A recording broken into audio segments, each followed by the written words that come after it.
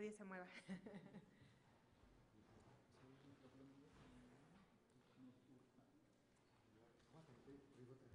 Aquí hay un pequeño problema técnico. Ah, ¿no es este? Sí, aquí está. ¿Con cuál? Para abajo, señalamos en la Ok. y para arriba regresa y señala fondo. Ok, perfecto. Ay, me regreso. Ahora sí, ya lo domino. Buenos días, llegué corriendo porque me fui a la Muscali y no está ahí, estaban ahí biólogos. Ya, bueno, pero ya estoy aquí. Mil gracias por la invitación. Para mí es un honor estar aquí hoy. Yo soy egresada de esta facultad, entonces me llena de orgullo regresar como ponente en una conferencia. Les voy a presentar hoy algunos de los trabajos que hacemos en el IMSS, en la coordinación que yo dirijo. En la coordinación que yo estoy, tenemos 3 divisiones muy importantes, con matemáticos, actuarios, economistas. Una es, nosotros coordinamos los seguros del patrimonio del IMSS, todos los seguros de daños, incendio, terremoto, huracán, lo que pueda pasarle al patrimonio del seguro social, robo, en fin. Otra es los estudios actuariales de las pensiones de invalidez y vida, de riesgos de trabajo y también del IMSS como patrón.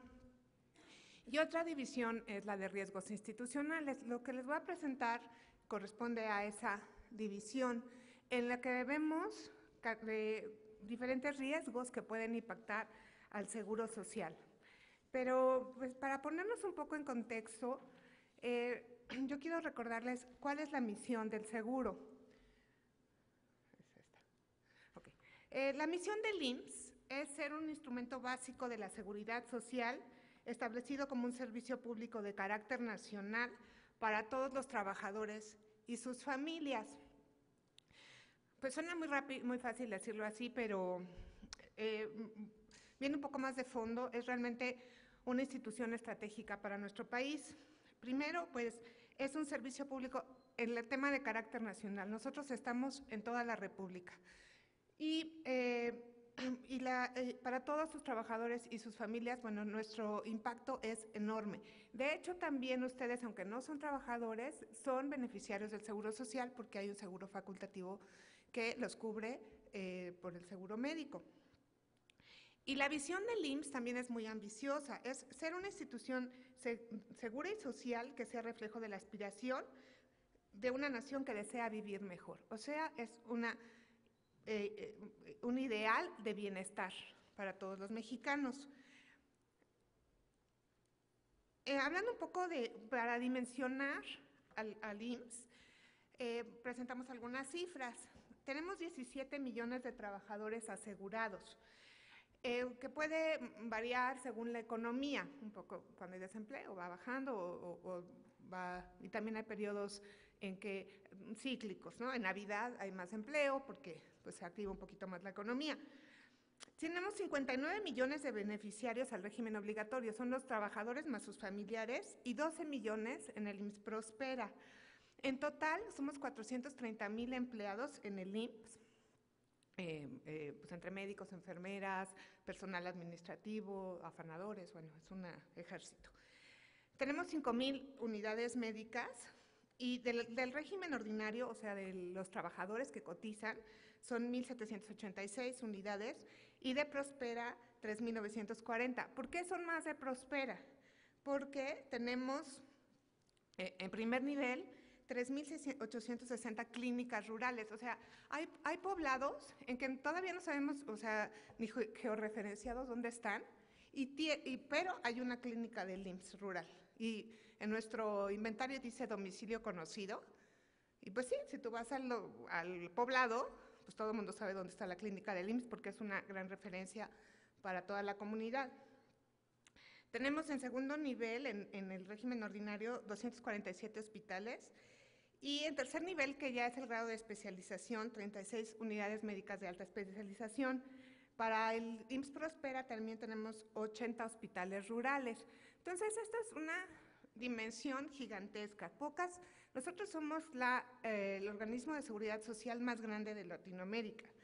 Pero no acaba ahí. Recordemos que nuestra misión no es solo la salud, sino también el bienestar social. Entonces, pues tenemos cerca de 1,400 guarderías, 136 tiendas, 12 centros deportivos, uno muy cerca de aquí, la Unidad de Independencia, velatorios, farmacias, teatros, 4 centros vacacionales, Metepec, Huastepec, La Malinche, pues, entre ellos, y 272 oficinas administrativas. Esto es un universo gigantesco.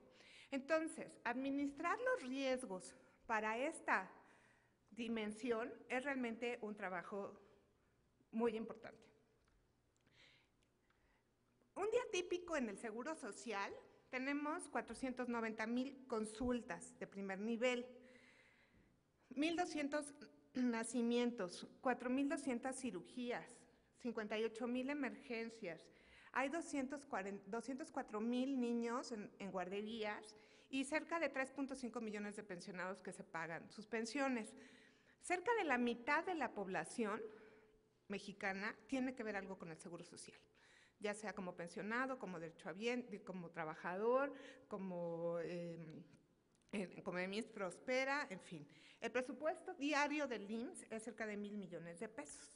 Y para 2015 fue 497, más o menos, 1,000 millones de pesos. O sea, son cifras gigantescas. Bueno, ya entrando en tema, ya al tema de riesgos, bueno, ¿qué es los riesgos que puede impactar a una institución como el Seguro Social? Y de hecho a cualquier institución, pero aquí son, pues todo, nada es sencillo, todo es gigantesco. Por ejemplo, riesgos estratégicos pueden ser catástrofes naturales. De hecho, hace 2 años, que fue el huracán Ingrid y la tormenta tropical Manuel, al mismo tiempo, en septiembre de 2013, tuvimos cerca de 20 delegaciones en que tuvieron daños. Por ejemplo, una crisis económica global, como fue la de 2009, pues también nos impacta porque pues hay desempleo y eso nos baja la recaudación. Una pandemia, por ejemplo, puede ser un riesgo de desabasto o de no estar preparados. Por ejemplo, el año pasado, que estaba pues latente el tema del virus del ébola, pues teníamos que estar precavidos para, pues si llegaba a nuestras fronteras, porque estaban, pues de hecho, en Texas hubo casos y pues es un paso, ¿no? En el riesgo país, pues por ejemplo, el IMSS está expuesto a riesgos políticos. ¿Qué tipo de riesgos políticos? Bueno, hay de muchos. Uno es, por ejemplo, recientemente hubo un rumor en redes sociales de que el IMSS se privatiza.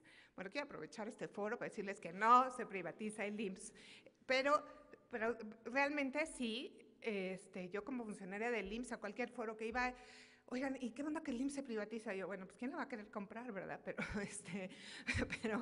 Pero bueno, ese es un riesgo político. Hay marchas, hay movimientos, hay cierto incomodidad social, y esto es por gente, por ejemplo, en este caso fueron específicamente ex empleados del IMSS sindicalizados, que bueno, pues es un tema político.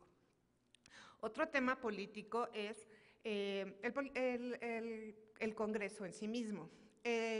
Los diputados, senadores muchas veces están pensando en la próxima elección y no en la próxima generación de mexicanos. Entonces, pues es muy fácil prometer, decir, pues a las viudas vamos a darles el 100% de la pensión que tenía el trabajador. Pues sí, que fácil, 10% no suena mucho, pero por millones de viudas, pues es un trancazazo, los actuarios lo sabemos. Y este tipo de cosas, ¿no? Que ahora, por ejemplo, el mes pasado llegó una iniciativa, y hoy que es el Día de los Abuelitos, por cierto, decía que se otorgaran guarderías a los abuelitos que tenían la patria potestad de sus nietos. Bueno, ese tipo de análisis en la coordinación de riesgos lo hacemos, pero no, ahí tenemos que hacer estimaciones demográficas y ver cuántos son y, bueno, alguna proyección. Pero es muy fácil decirlo, prometer no empobrece, pagarlo sí. En el riesgo de mercado, por ejemplo, pues si suben o bajan las tasas, eso nos impacta en cómo están invertidas las reservas del IMSS. Y en el tipo de cambio, por ejemplo, ahorita que estaba, la semana pasada que estuvo en récord, pues al IMSS le impacta porque muchos medicamentos y aparatos médicos se compran en el extranjero, en dólares o en euros. Entonces, pues obviamente es más caro para nosotros. En el tema sociológico, por ejemplo, pues los estilos de vida poco saludables, pues hacen que tengamos más enfermedades. Pues la transición demográfica, nosotros, pues un impacto directo. y tenemos que medir, por ejemplo, que en lugar de tantos pediatras ya haya más residentes de la especialidad de geriatría. ¿Por qué? Porque vamos para ustedes cuando lleguen a ser pensionados. Y bueno, el tema de epidemias, ¿no? Por ejemplo, la influenza, pues fue un golpe muy fuerte para nuestra economía. Ay, perdón, me faltó. Y el tema de riesgos de negocios, bueno, pues ese es el negocio propio del Seguro Social, cuestiones internas. Ahí puede ser temas ambientales, temas legales, tenemos muchísimas demandas de derechohabientes, incluso de trabajadores propios del IMSS, por ejemplo, un tema reputacional, a partir del accidente de la guardería ABC, pues tenemos que hacer unas campañas pues, para que la gente tenga seguridad en dejar a sus chavitos en las guarderías, riesgos operativos también, pues temas de recursos humanos, impericia en el manejo de equipo, en fin, y pues tecnológico, pues tenemos que tener respaldos de la información, resguardo, saber pues qué vamos a hacer ante fallas de los sistemas. Entonces, como ven, es algo muy complejo. Yo hoy les voy a presentar algunos pocos, como ven, me quedaría aquí 2 días dando la conferencia. Entonces, pero vamos a hablar pues específicamente del programa de administración de riesgos. Anualmente, el IMSS escoge nosotros escogemos temas coyunturales o de gran relevancia para el instituto y les hacemos un análisis. Pero bueno, la administración de riesgos en el IMSS tiene un tema de riesgos operativos, que esto se ve junto con la función pública y son cuestiones del día a día. Por ejemplo, pues de resguardos, de higiene en los hospitales, en fin. El riesgo de inversiones también es un tema importante. Eso lo ve la unidad de inversión financiera, eso no lo ve el área que yo coordino, aunque estamos ambos en la dirección de finanzas. El PARI, el programa de riesgos, hace análisis prospectivo de algunas situaciones o algunos otros estudios para promover la cultura de riesgos, de prevención de riesgos en el IMSS, también para que nos permita planear los recursos y para la toma de decisiones tanto de directivos, el Consejo Técnico y la Asamblea General. Asimismo, esta información ustedes la pueden consultar en el informe al Ejecutivo que está en nuestra página de Internet. Entonces, el objetivo del PARI, del programa de riesgos, es identificar y evaluar los principales riesgos financieros que enfrenta el IMSS para establecer acciones de gestión que permitan prevenir, mitigar, controlar el impacto financiero o incluso transferirlo. Entonces, este año nos concentramos en 3 riesgos de salud que son de gran importancia: diabetes mellitus, hipertensión arterial y algunos cánceres. Para el tema de riesgos inmobiliarios, nos enfocamos a hacer un proyecto muy padre que se llama el Plan de Continuidad de Operación o de Administración de Negocios de la Dirección de Finanzas. Ahorita les voy a platicar un poco más de esto. Y en otros riesgos evaluamos el tema de ausentismo en el personal del IMSS, porque eso nos cuesta muchísimo cada vez que falta un doctor o una enfermera, especialmente en el personal médico, pues se tiene que ser cubierto con pues, reemplazos y pagar horas extras, en fin, es muy caro. Entonces, entrando ya en materia, en los riesgos de la salud, ¿por qué escogimos estos 3 padecimientos? De las 6 principales enfermedades que tenemos en el sentido de que le ponemos más atención en el IMSS, en el sentido por su costo, la diabetes, la hipertensión, el cáncer y las cardiopatía isquémica, que es derivada de la hipertensión, representan solamente el 88% de este gasto. Entonces, vamos a entrar un poquito en materia en el caso de la diabetes. Lo que nosotros hacemos en estas áreas, aquí está muy resumido pues, para olvidar el tiempo. Bueno, primero proyectamos cuántos enfermos va a haber. En verde están los que tenemos registrados hasta ahora. Tenemos cerca de 3 millones de diabéticos. Esta es una cuestión de salud, pues es una epidemia a nivel mundial, pero en México es impresionante. Se estima que 7 de cada 10 mexicanos o son prediabéticos o diabéticos. Y lo que hacemos es proyectar bajo el programa Prevenims, que es el esquema inercial, o sea, como está ahorita la cobertura que tenemos en Prevenims actual, y qué pasa en el escenario base es qué pasa si lo podemos ya poner a nivel nacional y en todos los niveles y en todos los ámbitos. Entonces, lo que tenemos es un decremento gradual en el escenario inercial del número de pacientes. O sea, en el escenario base, contrariamente a lo que parecía, dices, bueno, pues si aquí tengo mejor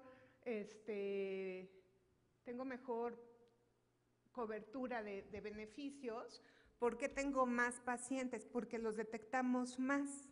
O sea, es un poco contradictorio. Dices, bueno, pues si estás poniendo programas preventivos, ¿por qué tienes más pacientes? Bueno, pues sí, porque pues, la gente que no sabía o no quería saber, pues ya sabe. Pero en el gasto vemos la cuestión al revés. O sea, el escenario base tiene mucho menos gasto. ¿Por qué? Porque los estamos agarrando en etapas más tempranas que pueden revertirse. Entonces, la diferencia entre uno y otro escenario significa un 21% de ahorro en promedio anual.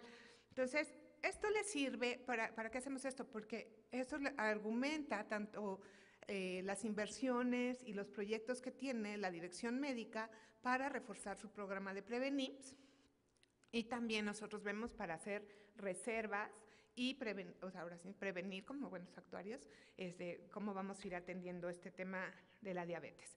Y otra cuestión es también, aquí lo que hicimos este año fue, que fue la primera vez que lo hacemos, es también verlo retrospectivo. ¿Por qué? Porque no debe haber brincos aquí, sino que tiene que ser como muy suavecito. Entonces, si vemos que la tendencia pues es razonablemente congruente, bueno, pues estamos ante algo bien hecho. ¿Qué es lo que hacemos? Estos modelos lo que tienen es, vamos cachándolos de acuerdo a estadios de la enfermedad. También en el caso, igual es lo mismo en el caso de la hipertensión, no todos los diabéticos son iguales, entonces tenemos que hacer cortes demográficos por las proyecciones según en el estadio en que los detectamos. Y bueno, según también vemos si el tratamiento es deficiente, en el estadio 1 se pasan al estadio 2 y bueno, y se van agravando. Y obviamente a mayor estadio, son 3, de acuerdo a la literatura médica, pues es mayor la incidencia de mortalidad. Entonces aquí también proyectamos las defunciones y bueno, lo que vemos es que normalmente tienen que ser más el estadio 1 que el estadio 2. Algo parecido hacemos con hipertensión. Ahora, hipertensión también tenemos ahorita estamos como en 4 millones de pacientes en el año pasado. También es una enfermedad que ha ido creciendo mucho por la dieta. Por favor, cuídense, no tomen tanta azúcar ni sal. Y que vienen a veces desde la infancia. Y este es el mismo, más o menos la misma técnica. Ay, perdón. Aquí no es, bueno, es igual, tenemos un 21% en el costo anual por las diferencias, y aquí la tendencia de número de personas no se ve tanto.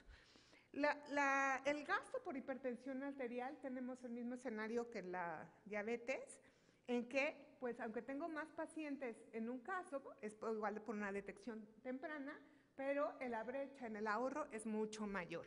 Ahora, en el caso de hipertensión arterial, pues no hay un diagnóstico. A ver, el caso de fallecimiento o de enfermedad de hipertensión, pues son muchas enfermedades que tienen que derivan en complicaciones de la hipertensión, desde enfermedades cardiovasculares, accidentes cerebrovasculares, lo que normalmente se conoce como infartos cerebrales, o insuficiencia renal. Aquí también, entre diabetes e hipertensión, lo que tenemos es que complica mucho más nuestros modelos, es que normalmente el paciente diabético, no normalmente, en muchas ocasiones el diabetes hipertenso también es diabético. Entonces, pues aquí tenemos traslapes en los costos. Bueno, esto es en cuanto a estas dos enfermedades. Ay, no le agarro la onda, perdón. Voy para atrás y para adelante. Ok. De neoplasias malignas, estos son los números de casos reportados en el IMSS en 2014. El mayor es cáncer de mama por mucho. Por favor, chicas, no dejen de checarse. En octubre va a ser el mes del cáncer de mama. Pero también los señores no están librados del tipo del cáncer, de los cánceres. Le sigue el cáncer de próstata, el linfoma de Hodgkins, el colon y recto, cuello del útero y linfoma non-Hodgkins. Estos son los principales casos. Lo que nos está pasando igual en el caso de cáncer de mama es que las mujeres cada vez somos más conscientes del tema de prevención, entonces se detectan de manera más temprana el número de casos, por eso tenemos este alto registro. Los señores no les encanta ir al doctor y pues no se hacen sus chequeos y por eso el número de cáncer de próstata pues parece que no está bien reportado.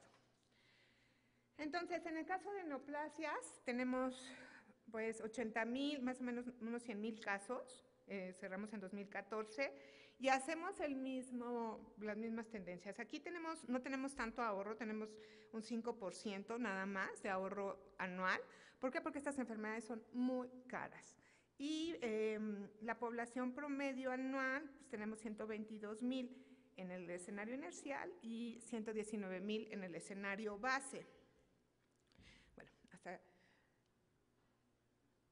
También lo que hacemos es que de estas enfermedades no solo ocasionan gastos médicos, recuerden que el IMSS también paga pensiones.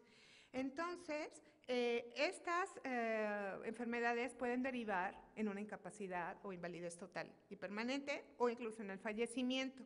Entonces, lo que hicimos en esta ocasión también es reflejar cuánto le cuesta al IMSS estas enfermedades. Entonces, generan 19% de las pensiones temporales y 18% de las pensiones definitivas. En el caso de diabetes, por ejemplo, muchos argumentos dicen, ay, bueno, pues, ¿qué más le da al gobierno ahora que se pusieron impuestos en la comida chatarra y en alimentos de alto contenido calórico? Pues es bueno, ¿qué más da? Pues sí da, porque nos cuesta el 15% de todas las pensiones que pagamos. El IMSS no es una institución de asistencia. El IMSS recibe dinero de cuotas obrero-patronales y del Estado, o sea, tiene ingresos de los mismos trabajadores.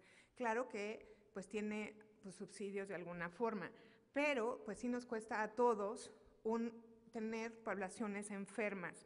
Ahora, como vimos tanto en el tratamiento médico como en el costo por invalidez y por fallecimiento, pues finalmente pues es una muerte prematura que genera pensiones de viudez o de orfandad. El costo para el IMSS sería de 5,286 millones de pesos, que representan el 12% nada más por estas enfermedades del total del costo del seguro de invalidez y vida. Y nos faltó el de riesgos de trabajo, porque pues también pues una persona que no está saludable pues está más propensa a tener eventos de salud de riesgos de trabajo en su lugar de trabajo. Bueno, pues hasta aquí es donde hablamos un poco de temas de salud. Otro tema que hicimos en este programa de riesgos del 2015, que a mí me encantó, realmente, es hacer un plan de continuidad de negocios para la dirección de finanzas. ¿Qué pasa? Que, bueno, primero este año se cumplen 30 años del sismo de 1985. Seguro la mayoría de aquí ni había nacido. Yo estaba en la facultad aquí el día que tembló. Pero un poco tomando como pretexto este aniversario, lo que hicimos es hacer protocolos para que cuando una unidad remota, por ejemplo, algo sucede en Hermosillo, pues que se le puedan mandar recursos de alguna forma rápida, eficiente y que puedan ellos restablecer la operación. Esto, por ejemplo, también se vio en el caso que les platicaba antes, cuando fue el huracán Ingrid y Manuel. Algunas poblaciones en Guerrero, especialmente Acapulco, quedó incomunicado. Entonces, pues mandarles dinero era pues, por transferencias, no es tan sencillo, tenemos todo ciertos candados. Luego, pues ahí interviene la Marina, por ejemplo, no podían entrar por carretera, entonces se mandaron desde Colima, un buque de la Marina les llevó a los hospitales del IMSS, pues, oxígeno, insulina, lo que se necesitara. Pero esto agrava un poco más, todas las catástrofes naturales, cuando se declara una situación de catástrofe natural por gobernación, el IMSS abre sus puertas a toda la población. Entonces, ahora sí que al perro flaco se le cargan más las pulgas, porque de por sí que estamos en una situación problemática, pues somos la única instancia para mucha gente que, bueno, en ese momento llega a albergues o pues atención médica y se tiene que tener. Entonces hicimos un protocolo primero para canalizarles recursos a estas unidades que pueden ser en cualquier lugar del país.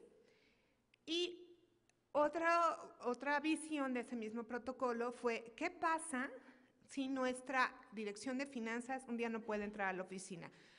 Ya pasó, hubo un temblor en marzo de 2012, que las oficinas donde estaba la dirección de, bueno, la tesorería, contabilidad, incluso la coordinación donde yo estoy, tuvo que ser evacuada por el temblor. Y pues ya no pudimos regresar, porque el edificio quedó súper dañado. Entonces, ¿qué pasa en ese momento? Pues no se puede dejar de operar. ¿Por qué? Porque de esa dirección depende el pago de pensionados, el pago de la nómina de los trabajadores a nivel nacional, pues compras, pagos a proveedores, en fin, o sea, realmente, pues es un tema que no es tan romántico como, como puede ser la atención médica, pero sin esto no funcionamos. Entonces, lo que hicimos es este proyecto. El objetivo es minimizar daños y el tiempo de recuperación, que en el tiempo menor posible estemos otra vez trabajando como si nada hubiera pasado. Agilizar el flujo de recursos prioritarios. ¿Por qué? Porque las delegaciones o unidades médicas, hospitales, pues tienen una caja chica. Pero, por ejemplo, el año pasado, que fue el huracán en Odil, en Baja California, pues igual tampoco se les acabó el dinero y pues tenemos que mandar más recursos. Estabilizar las condiciones para funcionalidad y continuidad, continuar con la operación de nosotros, de Dirección de Finanzas, y participar en la recuperación, reconstrucción y rehabilitación de los inmuebles afectados, porque esto también, a veces también, aquí también va vinculado, nosotros, como les comenté al principio, también manejamos los seguros, entonces la aseguradora nos puede mandar un anticipo para ir cubriendo el siniestro. Entonces, esto es como... Y la idea de hacer este tipo de protocolos es no confiar en la buena voluntad de las personas. Normalmente cuando esto sucede, la verdad, pues todo el equipo de Seguro Social tiene la mejor disposición y manera de resolver los problemas y pues son como, pues no importa que sea el sábado o domingo, que sean las 3 de la mañana, seguimos ahí. Pero aquí la idea es no improvisar, sino que todo el mundo sepa qué hacer, cuándo hacerlo y todo, para que no... y bueno, y también, oye, pues el que tenía la clave del banco, pues no está de vacaciones. No, bueno, eso no puede suceder. Tiene que haber una persona que reemplace, que sepa, en fin, todo ese tipo de cosas que parecían muy básicas, pero en una burocracia como el del Seguro Social es muy difícil de tener. El IMSS, además de bueno, que tenemos ese protocolo, cuando empezamos a verlo, lo que vimos es que, pues, nosotros somos parte del Programa Nacional de Protección Civil, que es del gobierno federal. Hay un programa interno de protección civil también, de todas las dependencias de la Administración Pública Federal. Y también hay un plan institucional frente a emergencias y desastres, pero eso es más del lado médico. O sea, es cómo se hacen las brigadas de médicos, enfermeras, de gente de urgencias para atender este tipo de situaciones. Pero entonces, bueno, nosotros también teníamos que revisarlo. Para hacer esto, bueno, también no solo, quiero que no visualicen solamente cuestión de desastres naturales. Por ejemplo, ¿qué pasa si hay una manifestación y no podemos entrar a trabajar? Pues yo no le puedo decir a los pensionados, pues, ¿qué creen? No se pudo, o sea, no tiene que ser algo así tan grave. O una variación de voltaje y nos funde las computadoras. Bueno, pues ya no podemos hacer transferencias. Entonces, este tipo de situaciones no tienes que ser necesariamente un desastre gigantesco. Entonces, para hacer esto, lo que hicimos fue,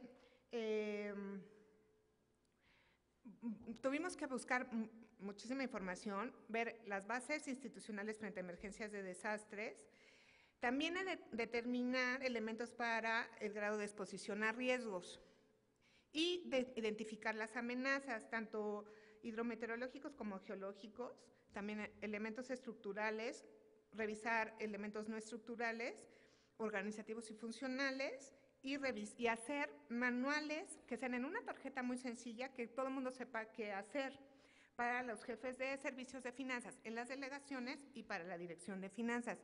Aquí también tenemos que ver cuáles son los escenarios críticos, porque en el tema de riesgos, pues todo puede suceder, ¿no? Pues alguien perdió la llave, ¿no? Eso es un riesgo, pues sí, pero bueno, tampoco es tan grave. Entonces, lo que tenemos que ver es realmente cuáles son en los que queremos poner énfasis. Y lo que hacemos son varios niveles de estrategias. ¿Qué vamos a hacer a nivel estratégico, táctico y operativo?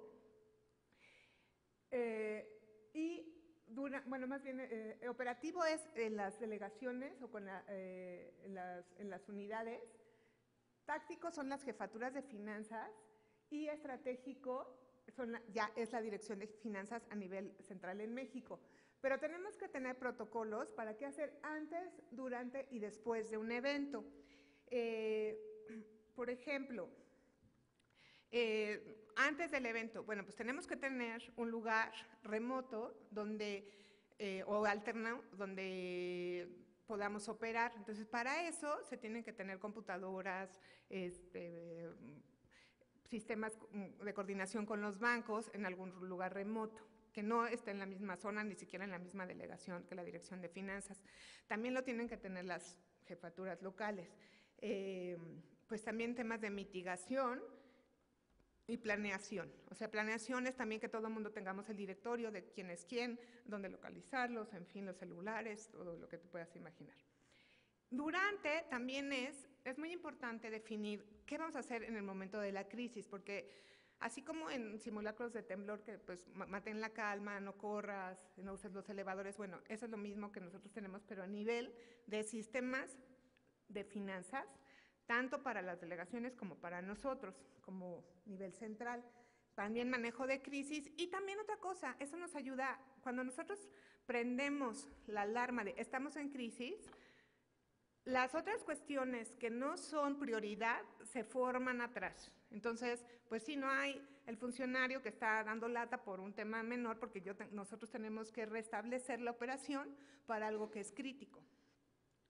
Y y darle respuesta.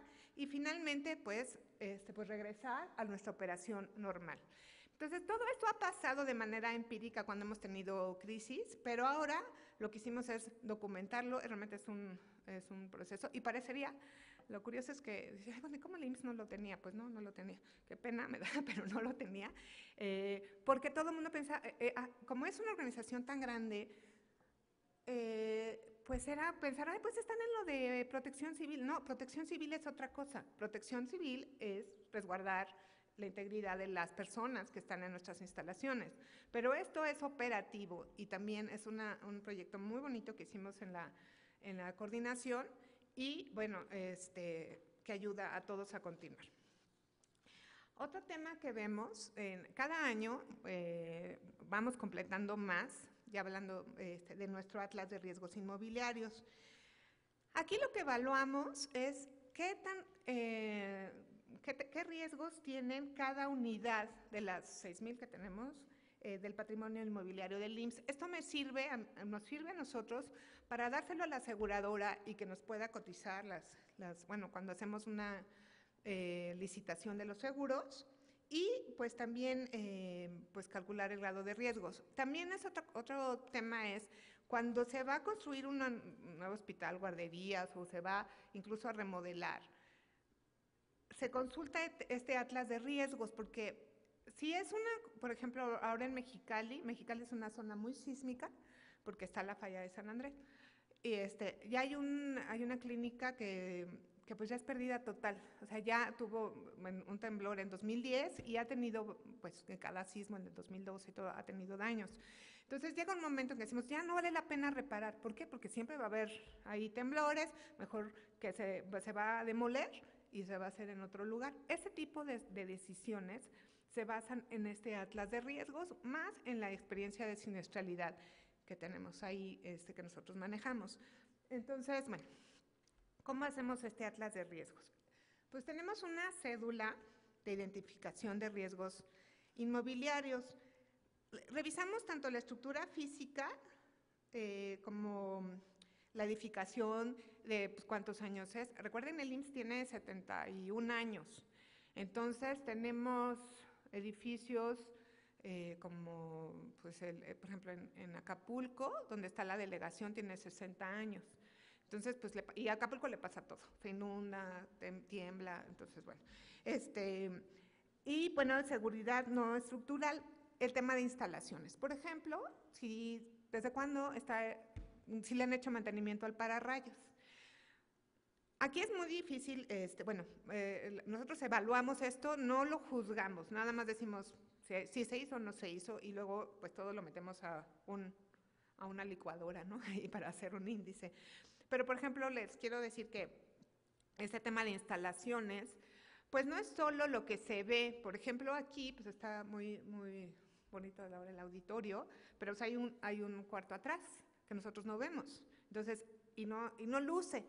No, pues no luce, no sabemos si está pintado, si no está pintado, desde cuando, si tiene buena instalación de luz, o sea, si está lleno de cables o se robaron la luz de quién sabe dónde, ¿no? Ese tipo de cuestiones que digo que son detrás de cámaras, no son lucidoras. Entonces, lo de conservación que ve el derechohabiente, pues ve el vidrio, ya sé cuánto no lo lavan. Sí, pero hay un cuarto de máquinas que pues son calderas, son boilers, pues de 600 litros, o sea, son gigantescos. Entonces, ahí es donde tenemos que ver realmente la seguridad, no en que si pues el barandal está limpio, no. O sea, es realmente en las cuestiones que no vemos porque porque están, y de hecho están normalmente en el sótano o afuera de los hospitales. Otra cuestión, por ejemplo, crucial es el aire acondicionado. Aquí pues, somos privilegiados, pero ¿qué sería? Estábamos en mayo y estuvimos en Mérida y se descompuso el aire acondicionado, 42 grados afuera. A mí, bueno, sí, yo estaba ahí y yo casi me dio un golpe de calor, casi, o sea, yo no podía ni pensar.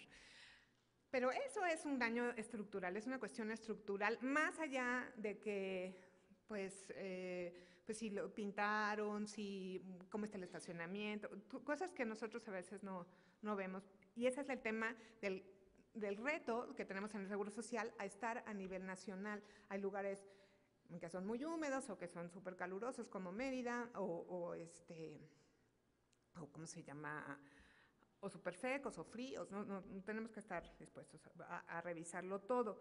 Entonces, bueno, hacemos una encuesta en todas las unidades con indicadores de tema de seguridad estructural, si tienen escalera de emergencia, si no, cuántos pisos tienen, qué antigüedad tienen, no estructural, las instalaciones, lo que les decía, y en el tema social también, cómo están, si tienen brigadas para protección civil, simulacros, en fin. Hacemos ahí un semáforo de índice de seguridad y también pues depende de la complejidad de la misma. No es lo mismo hacer este tipo de cuestiones para los hospitales de la unidad del Centro Médico La Raza que para una guardería, aunque tenga, o sea, sea de alto riesgo, o para un teatro, que el teatro pues normalmente no está en uso más que en la noche. Entonces, tenemos que evaluarlos. Entonces, de complejidad baja, son guarderías, centros vacacionales, velatorios, tiendas, en fin, centros de seguridad social y oficinas. De complejidad media, pues son las clínicas, unidades médicas familiares y de atención ambulatoria. Aunque aquí también en estas de atención ambulatoria hay equipos muy caros, porque aquí también ya se hace hemodiálisis y quimioterapias, en fin, como son ambulatorios, o sea, no te internan, pero se quedan, puedes ir y venir, y hay equipo muy caro. En complejidad alta están los hospitales generales de zona, hospitales regionales, los hospitales de especialidades y los de alta especialidad. Entonces, bueno, así hacemos una mapeo de todos los riesgos. También lo que vemos es el peligro. Por ejemplo, aquí es un tema más geográfico. Si estás en zona sísmica, si hay cuántos huracanes entran cada año, si son temporadas, bueno, en fin, temas de temporales, nevadas, en fin, cuestiones que los aseguradores dicen actos de Dios. Aquí, por ejemplo, un caso, bueno, ahorita en caso de exposición, lo que vemos es cuántos derechohabientes tiene esta unidad y, obviamente, pero en relación a la población de esa comunidad, ¿no? Porque puede ser que tenga muy poca población, pero sea la única clínica que hay a kilómetros a la redonda, entonces pues es un lugar estratégico. Y vulnerabilidades, pues ya otro tipo de temas, si está junto a una carretera, si hay una gasolinera al lado, en fin, o sea, si hay fábricas, en fin, otras cuestiones externas que pueden hacer vulnerable a la unidad. Y pues también lo vemos con protección civil. Entonces, así mapeamos todas las unidades. Por ejemplo, un caso muy interesante es el del Hospital General de Zona de Colima. Dices, bueno, ¿qué pasa en Colima? Pueblo quieto, ¿no? ¿Qué puede pasar? Bueno, puede pasar todo. Colima está junto a un volcán, entonces, y es zona sísmica. Entran huracanes, ciclones cada año, o por lo menos cada 2 años. Pero para grabarlo es el único hospital de todo el estado. Entonces, si ese hospital le pasa algo, toda la atención médica se colapsa en el estado. Entonces, este tipo de riesgos nosotros lo medimos. Y realmente es pues aunque es un documento y básicamente son bases de datos, pues se va viendo la prioridad para reforzarlos, para darles prevención, para conservación, en fin, todo este tipo de proyectos. Y también cuando se va a construir una unidad nueva, nos consultan este tipo de situaciones. Nosotros revisamos si geográficamente es adecuado. Por ejemplo, muchas veces dicen, nos dona el municipio un terreno. Pues hay que ver si está junto a una barranca, si está junto a la carretera, en fin, entonces a veces no se puede tomar ese terreno para construir un hospital por diversas cuestiones, incluso si tiene accesos o no, pues no puede ser. Entonces, bueno, este es básicamente, les platiqué súper rápido algunos ejemplos de las aplicaciones que tenemos como actuarios y bueno, algunos matemáticos en salud, en estos temas. A veces, sobre todo cuando me invitaron a dar la plática, pues decía, bueno, ¿de qué les voy a hablar? Pues formulitas de fórmulas de proyección de pensionados, de jubilados, de fallecimiento, pues ustedes lo están viendo en la carrera. Y luego muchas veces nos preguntamos, ¿y para qué me va a servir el cálculo actuarial? ¿Y para qué me va a servir estadística, ¿no? Bueno, esto es súper importante. Son modelos que además en el momento tienes que ser muy creativo y acordarte de cuestiones que, bueno, yo mucho ya lo olvidé, porque, por ejemplo, en el tema de iniciativas, decías, bueno, ¿y cómo voy a proyectar a los abuelitos que tienen la patria potestad de los niños, ¿no? Bueno, pues algo se nos ocurrirá. Entonces, este tipo de retos es lo que tenemos estas instituciones, en especial el IMSS, y otros retos que tenemos como área de consulta, porque en la coordinación de riesgos somos un área que casi no opera, en el sentido de que hacemos pagos o atendamos a personas derechohabientes. No, nosotros ni pagamos a pensionados, ni atendemos, ni somos médicos, pero somos el área consultiva del IMSS. de la Dirección de Finanzas. Entonces, aquí nosotros nos enfrentamos a varios retos y a lo largo de mi carrera son los retos que yo me he enfrentado mucho, no es solo del IMSS, sino también es un tema cultural mexicano. Por ejemplo, el tema del seguimiento. Bueno, por ejemplo, ahorita ya hicimos el tema de la diabetes, hicimos un estudio, ya van como 5 años que lo hacemos. Pero ¿qué hubiera pasado si el cambio de gabinete de ayer cambian al director del IMSS? Pues igual a él no le interesa el IMSS, el de la diabetes. Entonces esos estudios se quedan, pues después de 10 años ahí alguien recordará, pero es bueno, eso ya se venía haciendo. Entonces el tema de darle continuidad es, pues nosotros tenemos que seguirlo empujando y seguir viendo si nuestros pronósticos, y otra cosa, si nuestros pronósticos son lo que se esperaba.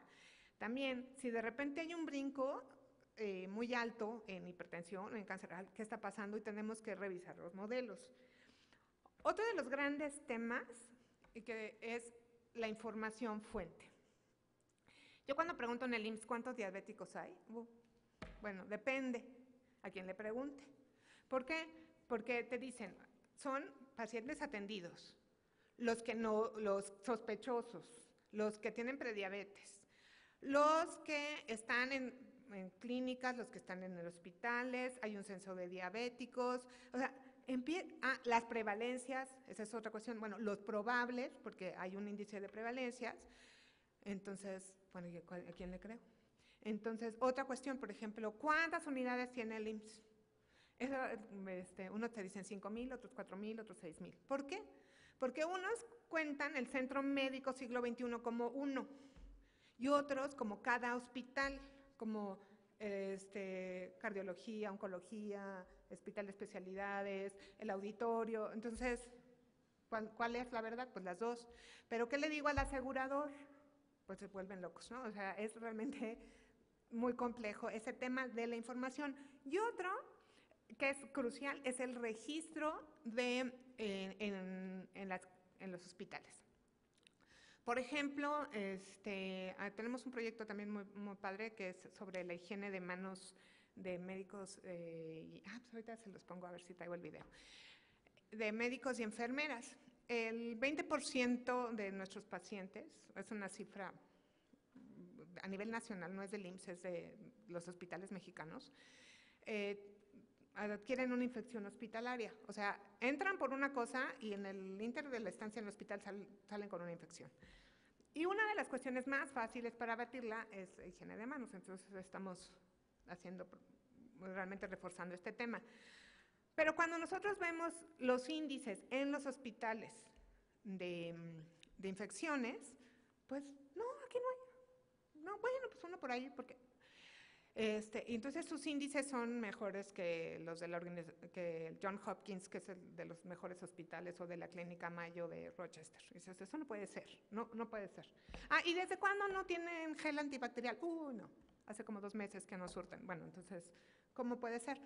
Lo que pasa es que el registro, los sistemas están muy complicados. Por ejemplo, un paciente entra a urgencias, pues ahí pues no se lleva, bueno, pudo estar 2 días, y luego pues se agrava y se va, lo pasan a cuidados intensivos. Pero el de cuidados intensivos no registra que es la misma persona. Y luego, bueno, ya lo estabilizan y de cuidados intensivos lo pasan a piso y vuelven a empezar la contabilidad. Entonces, sus índices, a la hora que, pues es un solo paciente, pero lo multiplicaron por 3, entonces, pues ya no podemos saber realmente cuál es la verdadera incidencia. Este tipo de problemas así tan sencillos sucede muchísimo, porque yo he visto registros de cáncer de próstata en mujeres, sí, o sea, partos en hombres, bueno, o sea, ¿por qué? Porque pues alguien está capturando esa información y no tiene el cuidado, o ya está cansado, o ya le vale. Entonces, y eso es a nivel nacional, pues siempre nosotros tenemos que depurar bases. Nos lleva al siguiente tema de tecnología. Quienes han ido a una clínica o hospital del IMSS ha visto que todavía hay máquinas de escribir. Este es un reto, ya ni siquiera ya no hay cintas para esas máquinas de escribir. Entonces, ¿por qué? Porque no han podido implementar el expediente electrónico o empezamos a implementar y ya que vamos en la etapa 2, pues resulta que el Windows ya no es XP, ¿no? Entonces vuelves a empezar. Entonces, es realmente muy complejo y también hay una renuencia a la gente. Uno de los principales riesgos que tiene el IMSS es su sindicato. Porque tú cuando les dices, ahora tienes que, a ver, señorita enfermera, ahora tiene que registrar en el sistema, esto, no, mi contrato no dice eso. Mi profesiograma no dice.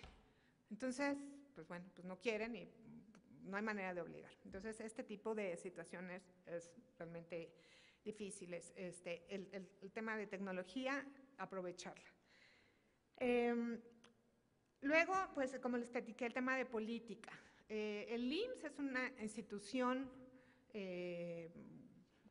estratégica para el país y es muy fácil empezar a prometer. De hecho, nosotros hay muchos seguros o poblaciones cubiertas que dices, bueno, ¿y a quién se le ocurrió? ¿No? Y no pagan, y, bueno, en fin. Entonces, y esos son temas políticos que pues hacen vulnerable al instituto.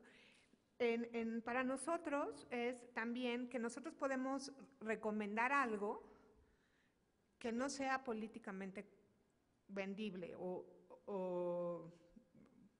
por ejemplo, una idea que tienen en Reino Unido en el sistema de salud es, ok, llega un paciente diabético, le ponen una dieta, lo cuidan, o por ejemplo, más bien voy a poner alguien cardíaco, una persona con una afectación cardíaca, pero sí fuma. Entonces el doctor le dice, pues muy bien, pero pues un régimen, dieta, en fin, pero tiene que dejar de fumar. Si a las 3 citas que fue consecutivas el hombre no ha dejado de fumar, se le niega el servicio, punto. Bueno, eso en México yo no lo veo imposible. Claro, ahorraría dinero y incentivaría al personal, al derechohabiente a cuidarse más. Pero bueno, este tipo de soluciones pues a veces no son fáciles de promover. La veracidad también, eso es un poco el que les decía de la información.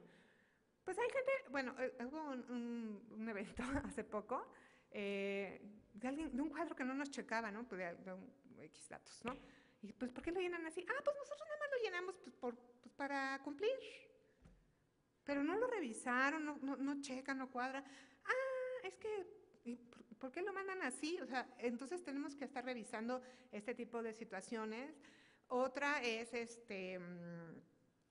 por ejemplo, de repente nos dicen, es que ese ventanal costó 20,000 pesos. ¿Cómo va a costar 20,000 pesos? O sea, tenemos que tener referencias de cuánto cuestan las cosas o qué está sucediendo. El caso que les comentaba, ¿no? De cáncer de próstata en mujeres o partos en mujeres o cesáreas en hombres. Bueno, tenemos que depurar toda esta información. Y otra, la oportunidad. Este es un gran reto que yo veo con mis colegas actuarios y matemáticos también, que somos a veces muy obsesivitos en tener el dato perfecto.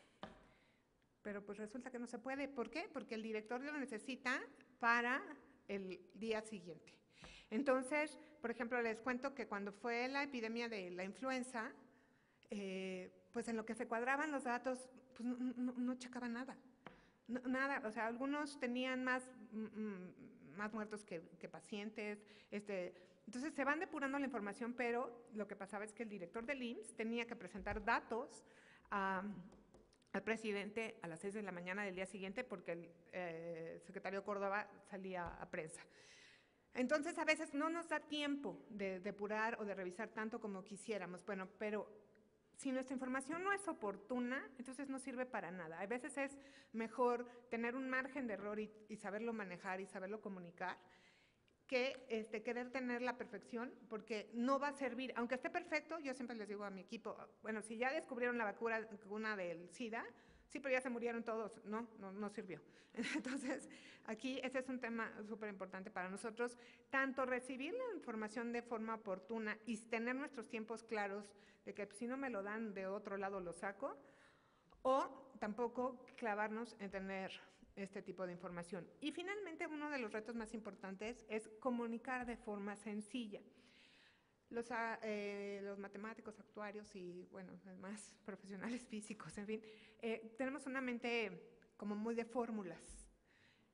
pero no todo el mundo lo tiene. Y yo esto lo tengo que comunicar a doctores, a administradores, y incluso al de conservación, que es un plomero, decirle cómo está pasando. Entonces tenemos que tener un lenguaje sencillo, claro, y incluso las gráficas y todo ser muy visuales. Hay gente que es visual, hay gente, bueno, también hay que volver a repasar temas de redacción, porque ese es un reto, ¿no? Igual tienes un gran trabajo, pero no lo pudiste comunicar. Entonces, ese es uno de los retos finales, no lo puse ahí, pero sí es muy importante.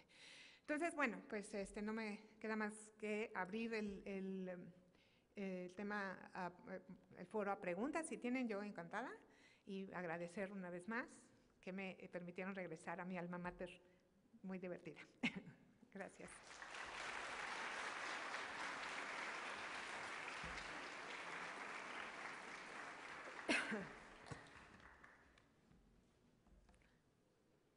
¿Sí están despiertos? ¿Sí? Bueno. ¿No hay dudas entonces? ¿No?